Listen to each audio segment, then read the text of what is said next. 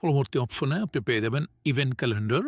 Event ক্যালেন্ডারে আসলে আপনি এখানে যে ইভেন্ট ক্যালেন্ডারটি থাকবে আপনার, সেই ইভেন্ট ক্যালেন্ডারে আপনি যেকোনো ধরনের ইভেন্ট যুক্ত করে রাখতে পারবেন, যা আপনি আপনার অভিভাবক প্যানেল থেকে যেকোনো শিক্ষকের গার্ডিয়ানদেরকে দেখাতে পারবেন। যেমন আমরা এখানে একটি ইভেন্ট তৈরি করব। হ্যাঁ? তো ইভেন্ট ক্লিক করলাম আমরা। ইভেন্টের নাম দিয়ে দিলাম। সেটা হচ্ছে মাহফিল। মাহফিল হচ্ছে আমাদের একটা ইভেন্ট। আমরা ইভেন্ট মাহফিল দিয়ে দিলাম। এটা রংটা কালার করতে পারবেন। এটা লালে থাকুক। এটা আপনি এখানে ক্লিক করলেই কালার অপশন চলে আসবে। হ্যাঁ? কালার অপশন চলে আসছে আপনি। তো আপনার মতো করে কালার নির্ধারণ করতে পারবেন। এখন আপনি আপনার মতো করে কালার নির্ধারণ করতে পারবেন। আমরা এই কালারটা দিয়ে দিলাম। এখানে হচ্ছে শুরুর তারিখ।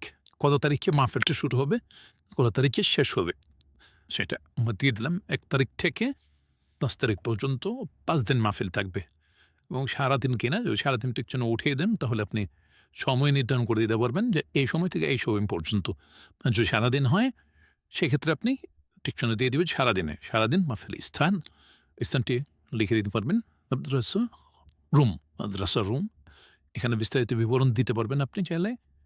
বিস্তারিত বিবরণ লিখে রাখলে সেটা প্রত্যেক গার্ডিয়ানরা এটা বিস্তারিত বিবরণটা দেখতে পারবে। তারপর এটি আমরা সংরক্ষণ করে রাখলাম। দেখেন সংরক্ষণ করার সাথে, সাথে এখানে মাহফিল লেখাটি বিস্তারিত আকারে দেখুন ১ থেকে ৪ তারিখ পর্যন্ত যুক্ত হয়ে গেছে। এখানে ক্লিক করলেই আপনি সম্পাদনা করতে পারবেন যেকোনো সময় এবং এখানে যে বিষয়টি দেখতে পাচ্ছেন, সেটি কিন্তু প্রত্যেকটা গার্ডিয়ান প্যানেল থেকে, অভিভাবক প্যানেল থেকে অভিভাবকরাও দেখতে পারবেন এবং নতুন ইভেন্ট বাটনে ক্লিক করলে আপনি পরবর্তী ইভেন্টটি তৈরি করতে পারবেন। ১ম এ ইভেন্টের নাম, ইভেন্টের ধরন, কী ধরনের ইভেন্ট, চাইলে রং আলাদা করতে পারবেন এবং শুরুর তারিখ এবং শেষ তারিখ। যদি সারাদিন না হয়, যদি এমন কোনো ইভেন্ট থাকে যেটা সারাদিন হবে না, সেক্ষেত্রে আপনি টিকচিহ্ন উঠিয়ে দিয়ে এটা আপনি এখানে লিখে দিবেন যে ১২টা থেকে এটা কয়টায় শেষ হবে।